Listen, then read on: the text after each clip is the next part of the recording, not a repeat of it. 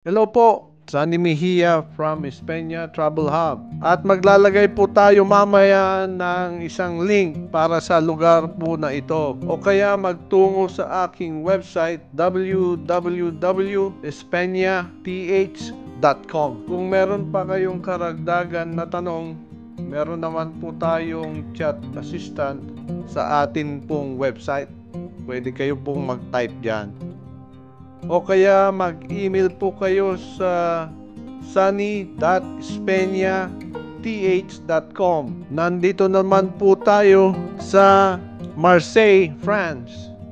Kaya naman iniintay na lang namin yung oras namin para sa aming excursion. Hapon po kasi yung nakuha namin.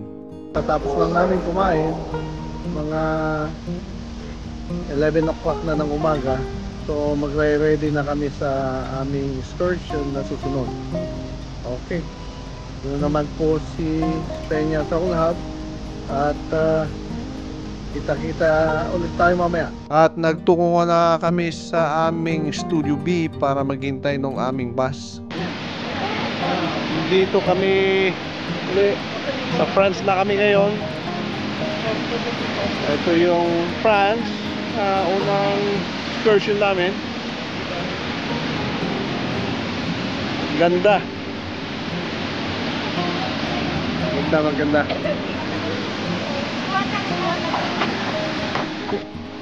Ang Marseille ay matatagpuan sa baybayin ng Mediterranean.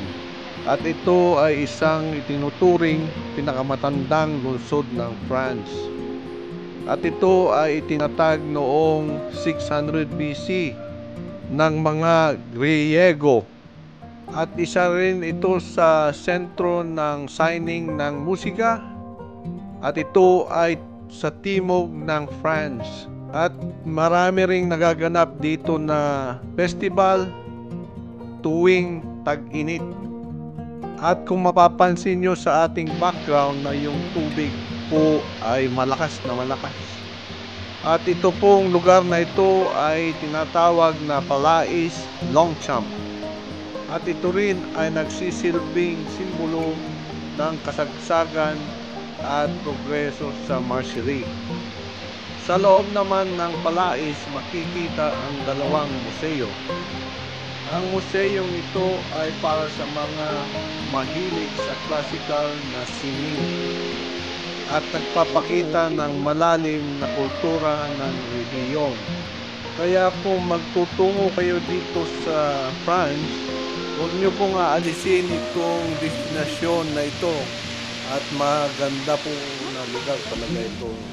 Ngayon lang po ako nakita ng ganitong lugar at maganda sa pakiramdam po. At ito po ay isang hindi nyo po palalagpasin na pasyalan.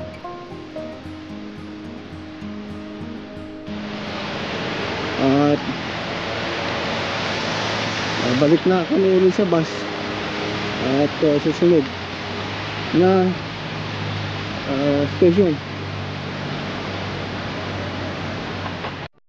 Tayo naman po ay tutungo sa isang port, yung lumang port po dito sa France.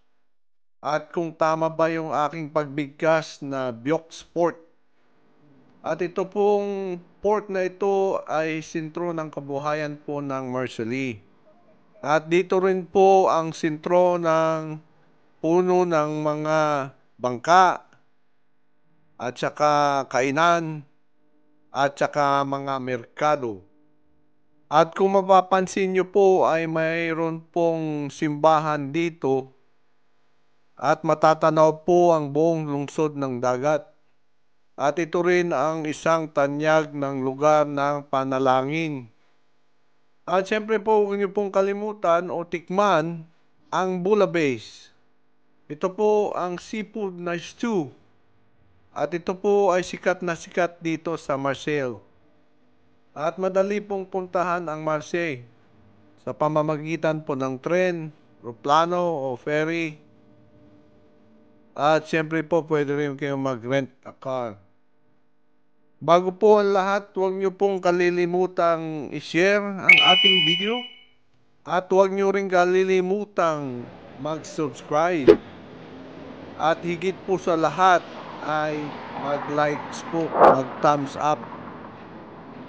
Siyempre po pagkatapos po dito ay babalik na tayo sa ating port para po kumain at magpahinga po sa susunod nating excursion po bukas. At nag-video-video muna kami dito sa aming barko at maganda naman yung tanawin. At siyempre po yung simoy ng hangin. At ito na naman po si Sunny Mejia ng Espanya Travel Hub. At huwag niyo pong kalimutang panoorin yung ating susunod pong video. Maraming salamat po muli.